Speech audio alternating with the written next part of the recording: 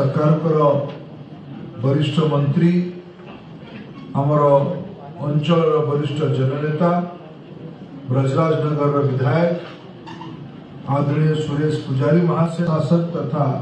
शिक्षा जिला तरफ आयोजित यह महत्वपूर्ण कार्यक्रम रे मंच उपस्थित थिबा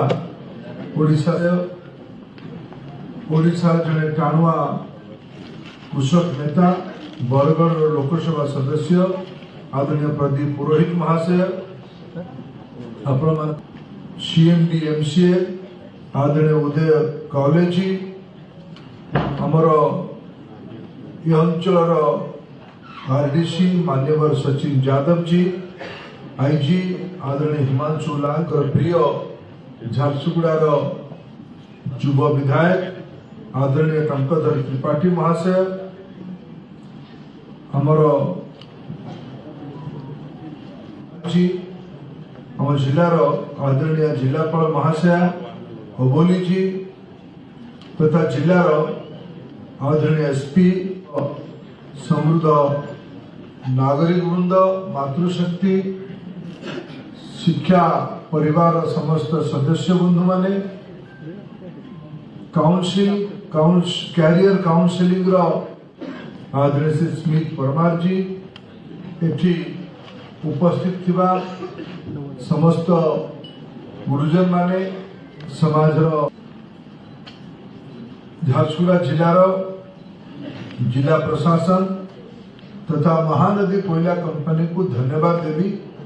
से मते जहा भाषण अनुमान सबुठु बड़ स्टेक होल्डर आदरणीय स्नेहर छात्र छात्री भाई भणी माने सांबादिक बंधुगण मु सेवार जातीय सेवार प्रशिक्षण पाई गोटे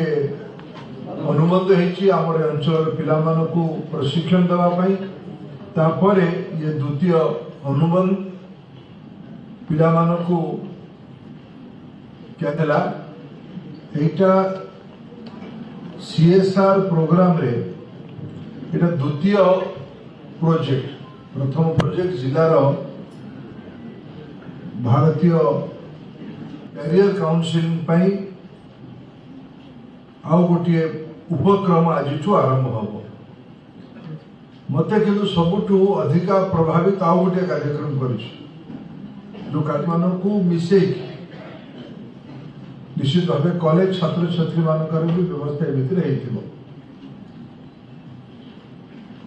समस्त को मिसे जिले में पढ़ार अभ्यास बढ़ेगा पढ़ा प्रति आग्रह बढ़ेगा कार्यक्रम आरंभ श्री गणेश करागला पठन पार्वण आगामी 2 मास धरिकी जिले में सबू छात्र छात्री जो एक अभिनव प्रयास भी समग्र शिक्षा राष्ट्रीय शिक्षा नीतिर सठिक उपयोग करिकी निपुण भारत को क्रियान्वयन करने एही भली वीडियो देखिबा पाई आम चैनल को लाइक शेयर सब्सक्राइब करंतु। Bureau report Odia news.